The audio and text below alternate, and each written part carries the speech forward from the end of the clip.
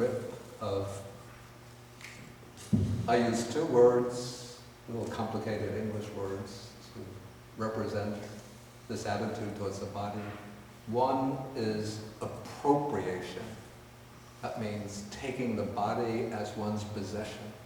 The sense the body is mine. Somehow we have a sense I am something different from the body, but I own it. I possess it. So that's appropriation. The other word is identification. That is identifying with the body, taking the body to be I am.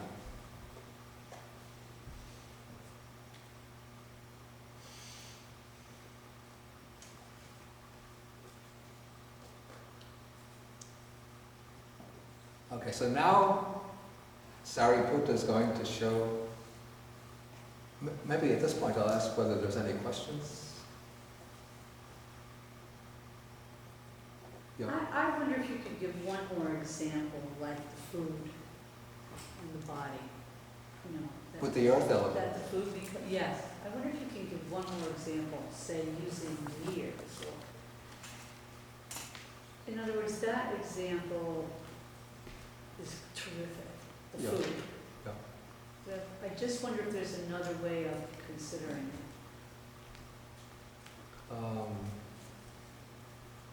That's sort of an easy one. You know, what are you taking in and moving out that's become... I'm sorry, I know. Yeah, my imagination, it's a little impoverished. Maybe your hair. You don't take the hair into the body, No. unless it would be a strange person that would absorb their hair. What is So food is the only thing you would take in? Oxygen. Well, let's say the oxygen would come under the air element.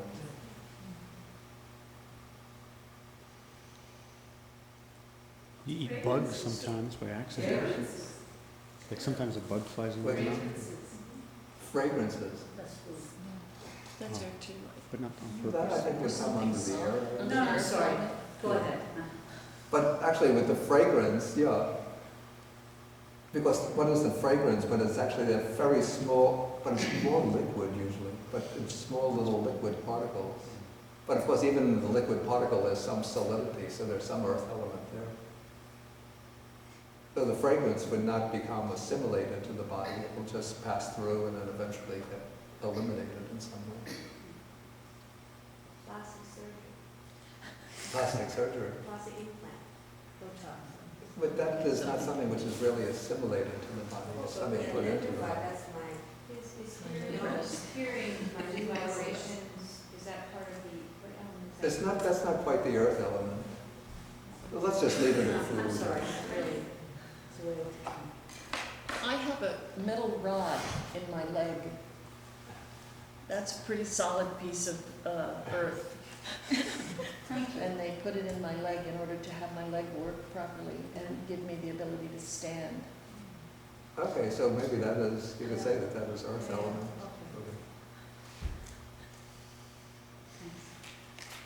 Just go ahead. Okay, so let's go on. Now Sariputta is going to show how to use this as a basis for contemplation in order to develop equanimity in the face of abuse and mistreatment by others.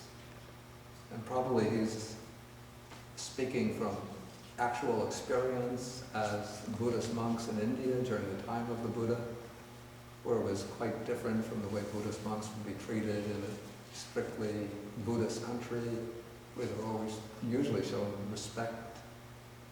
Actually, I have to qualify that. I could think of so many examples of Sri Lanka, of monasteries being robbed, sometimes monks being beaten. But in India during the Buddha's time, there were large Brahmin communities which were quite hostile to ascetics. And so Sariputta says, so then, if others abuse, revile, scold, and harass a bhikkhu, a monk, So he would have the experience, maybe if he arrives at a village of Brahmins, not knowing that it's a Brahmin village, then they will yell at them, "Baldy, why don't you grow your hair? What are you going about in that tattered robe for?" And even Sariputta himself came from the Brahmin class. And when he would go for alms round, sometimes he would come to his own village and his mother would scold him. He would say, "Why did you become a monk? You could have been a good Jewish boy." I'm sorry. a good Brahmin boy. Why don't you get married? Why don't you grow your hair? Put on a pair of trousers and a shirt. Get a job.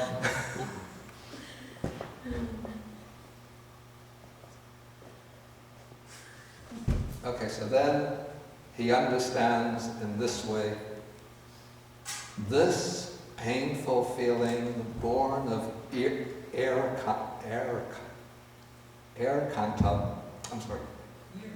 contact has arisen in me. That is dependent, not independent. Dependent on what? Dependent on contact. Okay, so normally what happens, somebody yells at us, abuses us, insults us. So then what we do, sort of instinctively and naturally, we grasp upon the words, the meaning of the words, and then we build upon the meaning of the words. This is a process of papancha, conceptual elaboration, or conceptual proliferation. Ah, he's insulting me. Is there something wrong with me? Let me look in the mirror. Or how could he speak about me like that way?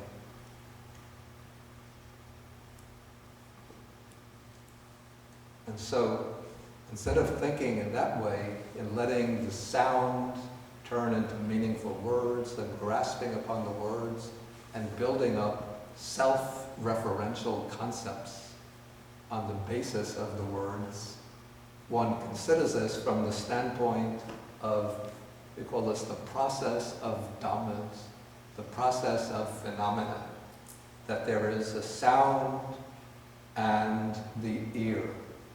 The sound impinges on the ear, it draws the mind to the sound. So hearing consciousness arises.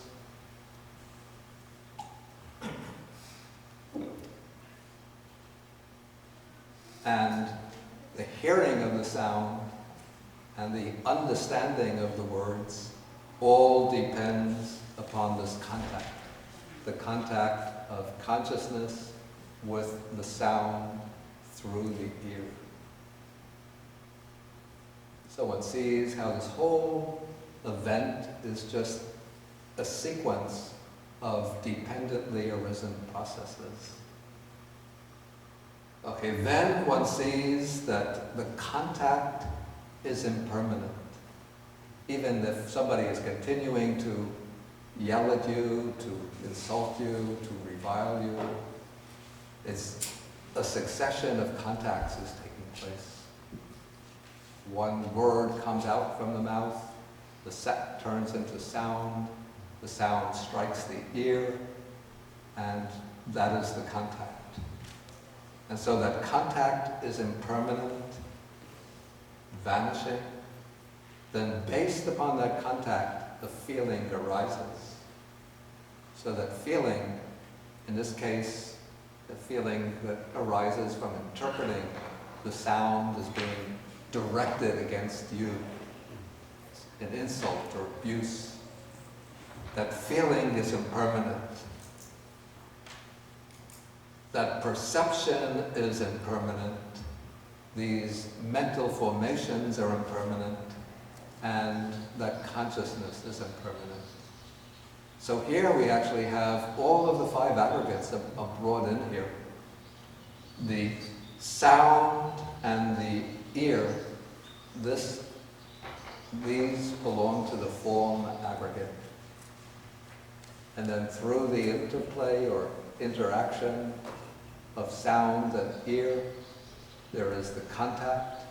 And from contact arises a feeling, perception, and then certain reactions. The reactions are the formations of volitional activities.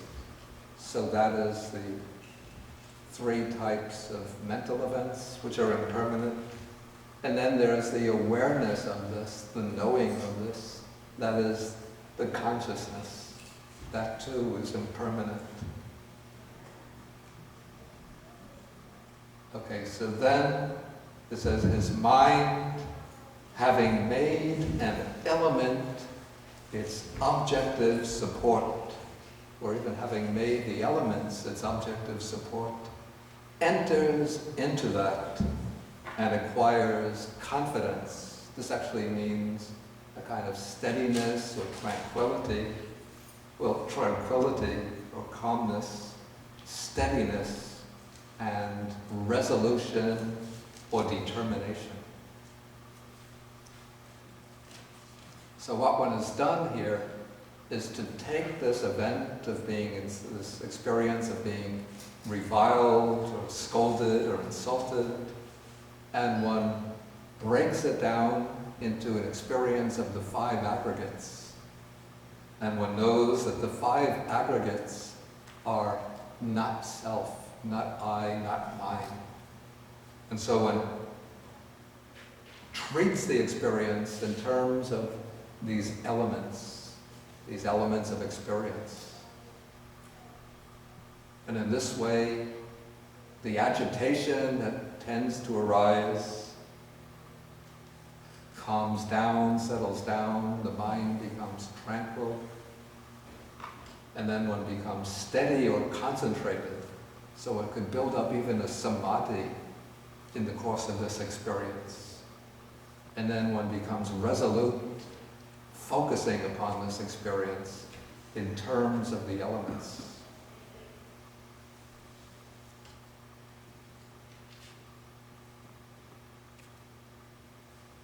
Okay, now the text says, if others attack, now we're going to see even more extreme types of mistreatment. If others attack that bhikkhu in ways that are unwished for, undesired, disagreeable, that is, by contact with fists, they beat him with their fists, or with clods of earth, they throw soil at him, or hit him with sticks or with knives. Then, instead of getting angry and upset, one reflects this body is of such a nature that contact with fists, clods, sticks, and knives assail it. One could do this kind of reflection or contemplation not only when attacked by other people, but also if illness assails the body. One gets very ill, troubled by really strong, painful feelings. Instead of falling into self-pity and then becoming dejected, depressed, one can reflect, this is the nature of the body, is to fall ill. As long as I have this body, I can't completely escape illness. Of course, it doesn't mean that you just lie in bed and don't contact a doctor or take medicine, but you use this contemplation as a way to dispel the feelings of misery that arise, or self-pity that arise because of the illness. Okay, but now we're coming to this rather severe case where somebody, could be like sometimes gangs of robbers, they think that hoodlums, they'll actually beat the monk. Actually, I remember in the US in the early 1990s, there was a case of the Thai temple in Arizona that was attacked. and the monks were killed. I don't remember who was responsible for it. Members of the Thai community who disliked the monks, or whether it was just outside gangsters who thought, I think it was actually outside hoodlums who thought that the temple had precious Buddha statues with jewels and gems inside. So I think they attacked the temple and killed the monks in order to steal the Buddha images. Okay, but now this monk recollects a saying of the Buddha. This is from a sutta that we studied earlier this year. It's the sutta on the simile of the sword, number 21 in the Majjhima Nikaya. Here the Buddha says, even if bandits were to sever you savagely, limb by limb, with a two-handled sword, one who gives rise to hatred towards them would not be carrying out my teaching. Okay, so in this way, when this monk reflects upon that statement of the Buddha while he's being beaten, then he continues and thinks, tireless energy should be aroused in me, and unremitting mindfulness should be established. My mind will be tranquil and untroubled. My body will be tranquil and untroubled, and my mind will be concentrated and unified. And now let those fists, claws, sticks, and knives attack this body, for I'm now practicing the Buddha's teaching. So this is like the real test that separates, as they say, the men from the boys, for the real practitioners from the weekend meditators. So all of you line up and I'll get one of these Zen sticks.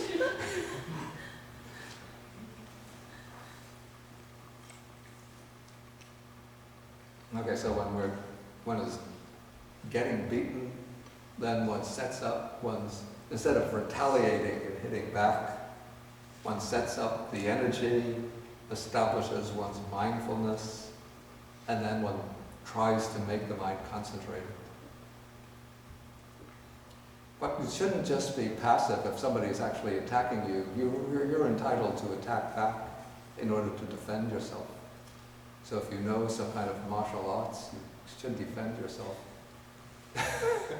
You could think, this is just 5 aggregates that's attacking the guy. Just 5 aggregates, which is flipping him over to the ground. So you want to avoid inflicting any kind of lasting damage on the person, but you could threaten the person back. If you have like an umbrella, you could hold up the umbrella. If you have some stick, you could hold up the stick. If you know the martial arts, you could use martial arts on him. And you could try to defend yourself. But if you don't have that ability and you're being overwhelmed, then you use this reflection in order to keep the mind tranquil.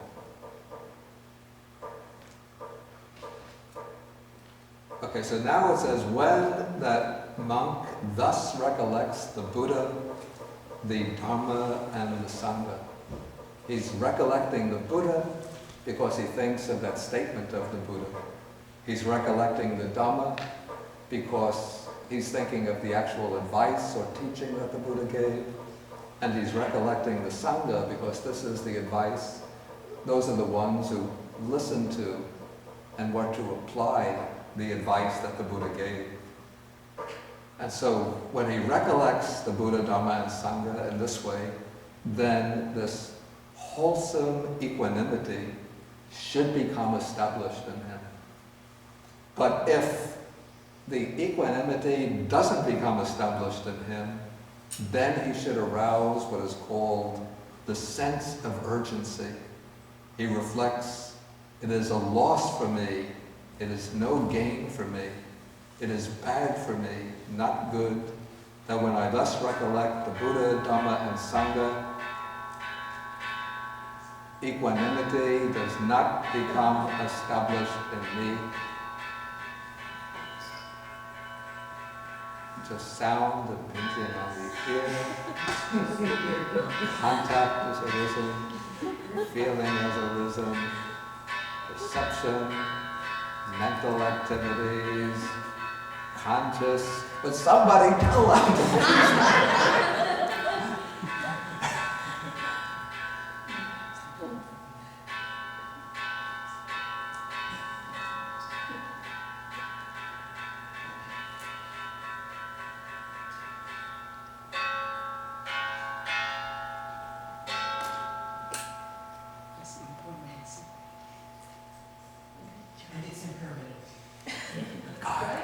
Well done.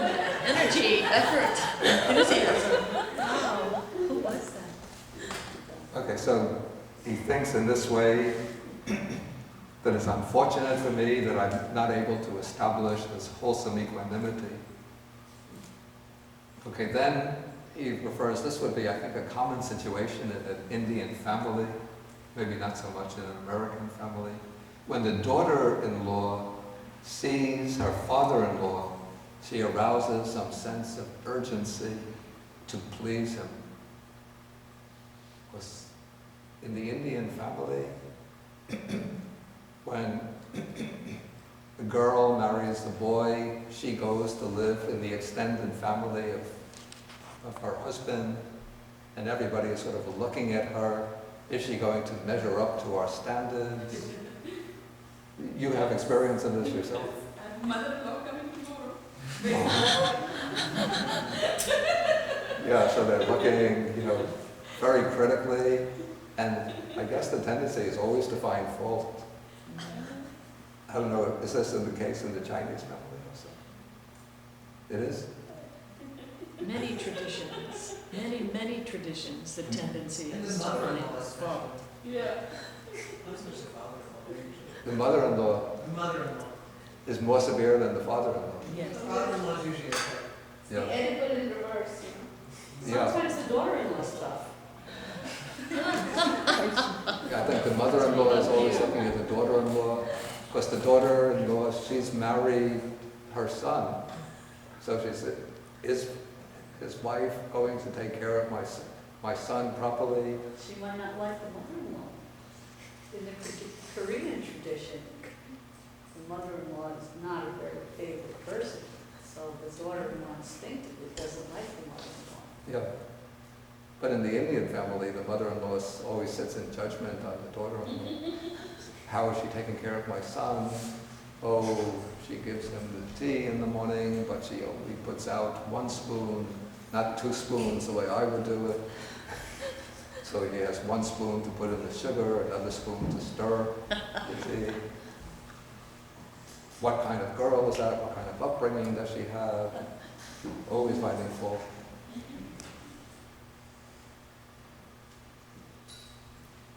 Okay, but in this case, in the sutta, it's the daughter-in-law with the father-in-law, so she's always anxious. She has to please him. Okay, and so when the bhikkhu recollects Buddha, Dhamma, Sangha, then he stirs up this sense of urgency in order to establish this wholesome equanimity.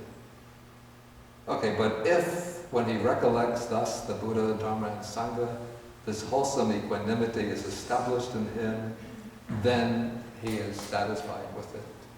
And then Sariputta sums up and says, at that point, much has been done by that bhikkhu. Okay, I think we'll have to take the break now and then come back.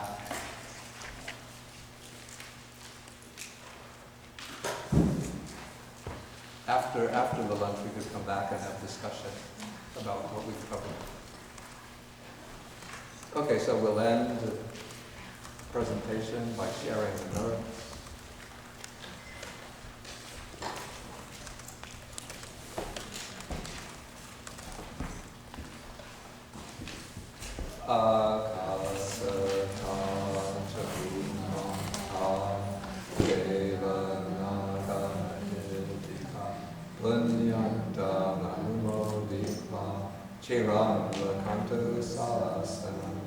Akasata Chabumata Deva Naga Mahitika Punyanta Nanamoditva Shiram Rakantu Desanam Akasata Chabumata Deva Naga Mahitika Punyanta Nanamoditva Shiram Rakantu Manaparam Eta Patacham Hei Sampadan Punya Sampadan Sabbe Devanumodantu Sabbe Bhutanumodantu Sabbe Sadanumodantu Sabba Sampati Siddhya Bhavagupadhaya Vichihetato Etantare Satakaya Upapanna Rupya Rupicha Asanya Sanyino Dukha Pamuchantu Santo Vibhutim. Okay, we do have a class next week and we'll continue with the sutta, or hopefully finish it next week.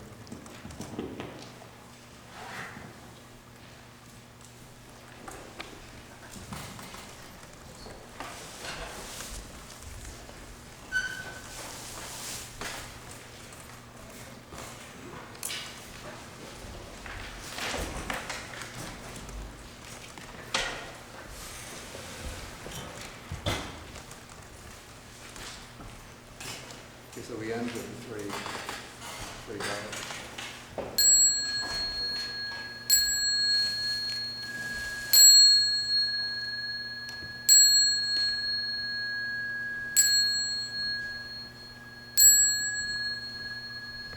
Bhakti Banda.